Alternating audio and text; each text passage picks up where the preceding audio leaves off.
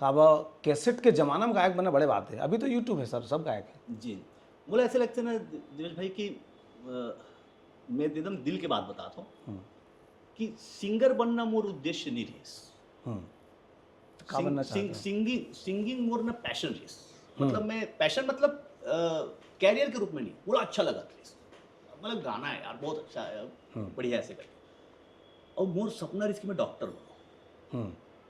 और मैं 12th करे के बाद Sachdeva new PT college Bhilai में 1 साल कोचिंग करे। पीएमटी के, और पीएमटी के ज़माने में हाँ सब। पीएमटी के ज़माना है ना 2000 में। ताहले वहाँ से जब मैं गए तो वहाँ में जहाँ मैं जो जहाँ रुकत रहे पेइंग गेस्ट के रूप में, वहाँ उपाध्याय जी को रही भिलाई में रिसाली सेक्टर में। तो पापा जी 4-5 महीना बाद वो एको दिन मिले आए थे त्योहार वहार में, दिवाली वाली में। घर तो जाना बिल्कुल मना रही इसकी, कुछ बन के ही आउट करके।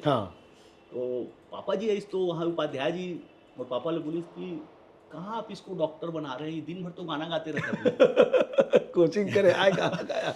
दिन भर गाना गाते रहता है और बहुत अच्छा गाता है ये, इसको सिंगर बनाइए।